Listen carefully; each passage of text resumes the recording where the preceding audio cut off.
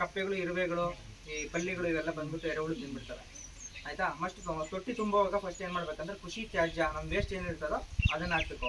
ಇಲ್ಲಾಂದ್ರೆ ನಿಮ್ ತೆಂಗಿನ ಗರಿಗಳು, ತೆಂಗಿನ ಸಿಪ್ಪೆಗಳು ಇವೇನಾದ್ರು ಇದ್ರೆ ಅವು ಫಸ್ಟ್ ಹಾಕಿ. ಯಾಕಂದ್ರೆ ಅವು ನಿಧಾನವಾಗಿ ಕಡಿಯುತ್ತೆ, ನಾರಿನಾಂಶ ಜಾಸ್ತಿ ಇರೋದ್ರಿಂದ ನಿಧಾನವಾಗಿ ಕಡಿಯುತ್ತೆ. ಅದಿದ್ರೆ ಇಲ್ಲಾಂದ್ರೆ ಕೃಷಿ ತ್ಯಾಜ್ಯ ಹಾಕಿ. ಕೃಷಿ ತ್ಯಾಜ್ಯ ಹಾಕ್ಬಿಟ್ಟು ಒಂದು 8 ರಿಂದ 10 ಇಂಚ್ ಹಾಕ್ಬೇಕು. 8 ರಿಂದ 10 ಇಂಚ್ ಹಾಕ್ಬೇಕು ಒಂದು ಪದರ. ಅದಾದ್ಮೇಲೆ ನಾವ್ ಏನ್ ಮಾಡ್ಬೇಕು, ಸಗಣಿ ಬಗ್ಗಡ ಹಾಕ್ಬೇಕು. ಪ್ರತಿಯೊಂದು ಪದರಕ್ಕೂ ನಾವ್ ಏನ್ ಮಾಡ್ಕೊಳ್ಳೋದು, ಸಗಣಿ ಬಗ್ಗಡ ಹೆಂಗ್ ಮಾಡ್ಕೋಬೇಕಂದ್ರೆ 100 ಲೀಟರ್ ನೀರಿನಲ್ಲಿ 4 kg ಸಗಣಿ ಹಾಕ್ಬೇಕು. ಅದನ್ನ ಮಿಕ್ಸ್ ಮಾಡಿ ಸಗಣಿ ಬಗ್ಗಡ ಹಾಕ್ಬೇಕು. ಅದಾದ್ಮೇಲೆ ಮತ್ತೆ ರಿಪೀಟ್, ಮತ್ತೆ ಹಂಗೆ ವೇಸ್ಟ್ ಏನಿರ್ತದ ವೇಸ್ಟ್ ಹಾಕಿ, ಮತ್ತೆ ಇಲ್ಲಾಂದ್ರೆ ನಮ್ಮ ಕೊಟ್ಟಿಗೆಯಲ್ಲಿರುವ ಸಗಣಿ ಗುಳಿಕೆಗಳಿರ್ತಾವಲ್ಲ ಅದನ್ನ ಹಾಕಿ. ನಮ್ಮ ಗೊಬ್ಬರ ಚೆನ್ನಾಗಿ ನೀಟಾಗಿ ಕಾಣಬೇಕಂದ್ರೆ ಹಸಿರೆಲೆ ಯಾವ್ದಾದಿದ್ರೆ ಹಸಿರಾಗಿರೋದು ಯಾವ್ದಾದ್ರು, ಉದಾಹರಣೆಗೆ ಇದು ನಮ್ದು ಕಾಂಗ್ರೆಸ್ ಗಿಡ ಇದೆಯಲ್ಲ, ಕಾಂಗ್ರೆಸ್ ಗಿಡ, ಎಕ್ಕದ ಗಿಡ, ಸೊ ಇವೆಲ್ಲ ಹಾಕ್ಬೋದು ನೀವು.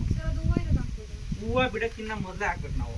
ಹೂವು ಬಿಟ್ಟಾದ್ಮೇಲೆ ಹಾಕಿದ್ರೆ ಏನು ಗೊತ್ತಾ, ಅದು ಬೀಜ ನೆಕ್ಸ್ಟ್ ಗೊಬ್ಬರ ತಗೊಂಡು ಬೇರೆ ಕಡೆ ಹಾಕಿದಾಗ ಸೊ ಬೀಜ ಅಲ್ಲಿ ಬೆಳ್ಕೊಳುತ್ತೆ.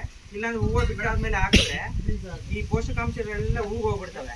ಆವಾಗ ನಾರಿನಾಂಶ ಜಾಸ್ತಿ ಆಗುತ್ತೆ. ನಾವು ಈ ತೊಟ್ಟಿಯಲ್ಲಿ ಹಾಕಿದ್ರು ಸ್ವಲ್ಪ ಕಲಿಯಕ್ಕೆ ಸ್ವಲ್ಪ ಟೈಮ್ ತಗೊಳುತ್ತೆ. ನಾರಿನಾಂಶ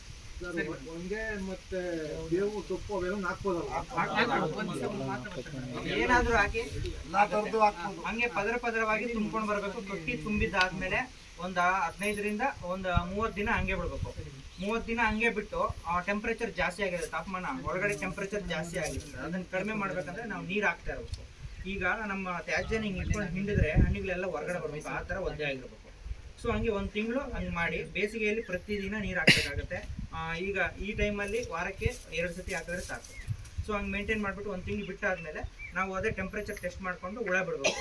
3 ಸ್ಪೀಸೀಸ್ ಇದೆ. 3 ಸ್ಪೀಸೀಸ್ ಹುಳ ನಮ್ಮ ದೇಶದಲ್ಲಿ 600ಕ್ಕಿಂತ ಹೆಚ್ಚಿದಾವೆ. ಬಟ್ ನಾವು ಬಳಸೋದು 3 ಮಾತ್ರ ಎರೆಹುಳು ಗೊಬ್ಬರಕ್ಕೆ.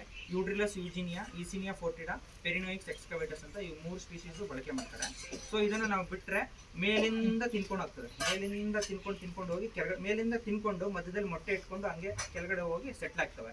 ಈ 3 ಸ್ಪೀಸೀಸಲ್ಲಿ ಒಂದು ಸ್ಪೀಸೀಸ್ ಬಂದ್ಬಿಟ್ಟು ಮೇಲೆ ತಿನ್ನತ್ತೆ, ಇನ್ನೊಂದು ಬೇರೆ ಸ್ಪೀಸೀಸ್ ಬಂದ್ಬಿಟ್ಟು ಹೊರಗಡೆ ತಿಂತವೆ.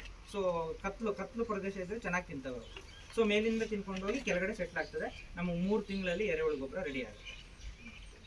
3 ತಿಂಗಳಲ್ಲಿ ಎರೆಹುಳು ಗೊಬ್ಬರ ರೆಡಿ ಆಗುತ್ತೆ. ನಾವೇನು ಮಾಡಬೇಕಂದ್ರೆ ಹುಳ ಮತ್ತು ಗೊಬ್ಬರ ಎರಡು ಮಿಕ್ಸ್ ಇರ್ತವೆ. ಅದನ್ನು ಸಪ್ರೇಟ್ ಒಂದು ಜರಡಿಯಲ್ಲಿ ಸಪ್ರೇಟ್ ಮಾಡಿಬಿಟ್ಟು ಅದನ್ನು ಸಪ್ರೇಟ್ ಆಗಿ ಮಾರೋದು. ಹುಳನೂ ಸಪ್ರೇಟ್ ಮಾಡ್ತಾರೆ, ಗೊಬ್ಬರನೂ ಸಪ್ರೇಟ್ ಮಾಡ್ತಾರೆ.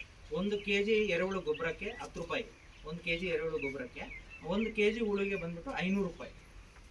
ಈಗ ಮಂಡ್ಯದಲ್ಲಿ ಯಾರೋ ಹೇಮಲತಾ ಅಂತ ಮಾಡ್ತಿದ್ದಾರೆ, ಅವರು 1 ತಿಂಗಳಿಗೆ ಏನೋ 1.5 ಲಕ್ಷ ಸಂಪಾದನೆ ಮಾಡ್ತಿದ್ದಾರೆ ಎರೆಹುಳು ಗೊಬ್ಬರ.